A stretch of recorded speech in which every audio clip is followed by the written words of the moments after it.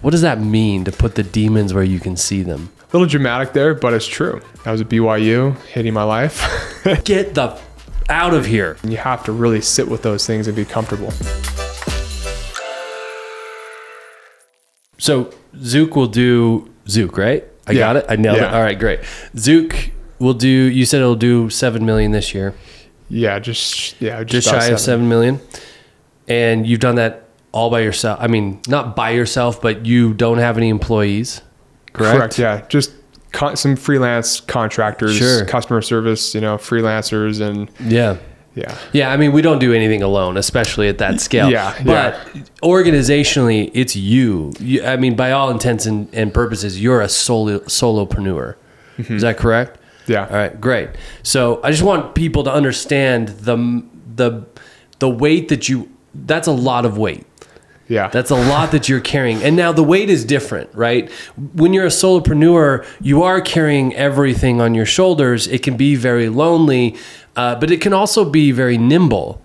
And it can also be very, and you the accountability to other people for your time and money is low, right? So that's kind of a weight off your shoulders. If you have a team, now you have the weight of the salaries and the people and, their livelihood and their well-being and all of that sort of stuff. So that's it's all different weight depending on how you structure and how you're doing it, right? We even had a conversation. You were talking about like you're looking at bringing people into your team and what that might look, and you've been avoiding it and all that sort of stuff. Anyway, we'll get to that later. But in a recent post, I just want to talk about this weight and the demons that you face.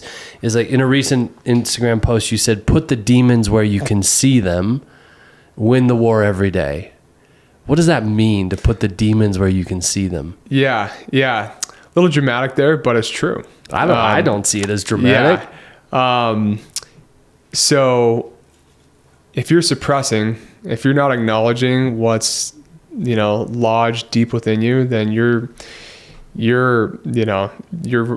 living a risky life, because it's just a matter of time to where your body, your soul is going to break and you're going to have a crisis. I mean, it's all energy. Like a traumatic experience, a challenging, a death, whatever it might be, is just energy. And we as humans suppress that energy because it's hard to look at that challenging event, that demon per se, straight in the eyes and experience it and then let it pass through you so that it can evaporate and vanish and not take up space take up that precious emotional capital within your soul. And a great way to do that, in my opinion, is pushing your mind physically, pushing your body physically to where your mind is being pushed to not give up, to not stop.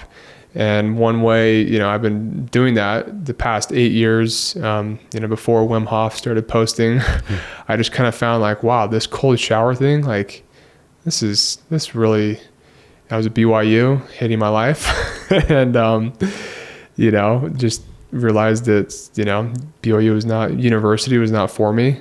And there's so many different paths that you can take to be successful in life. And it's not, just one route.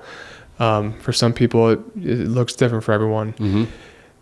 That cold water really forced me to sit with my mind. And when I jump in, Tibble Fork up AF Canyon in the middle of January, and the water is 32.1 degrees,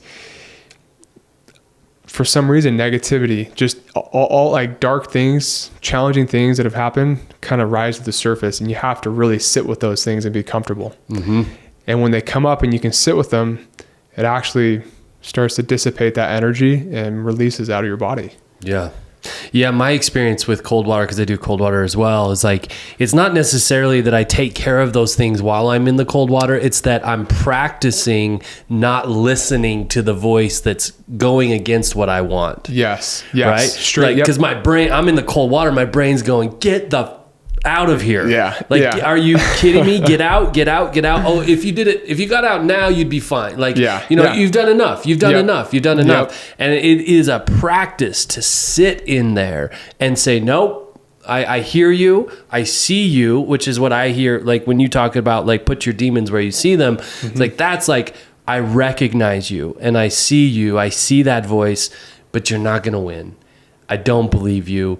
I'm gonna stay in here anyway. And that practice for me is then when it's out here and I'm negotiating a partnership or having a challenging thing in my business or my marriage, that voice shows up and says like, you've done enough, man. No problem. Like whatever, you give up, whatever. And I'm like, no, I hear you, I see you, but I'm not listening. And I can do this thing that's challenging anyway.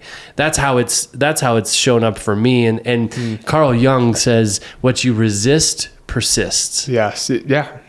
Right. So those voices, if you resist them, if it's like, I don't have that, or I don't need to see it, or I don't need to look at it, or whatever, and just shove it down to the dark places, the dark corners of your soul, all that does is just it empowers it.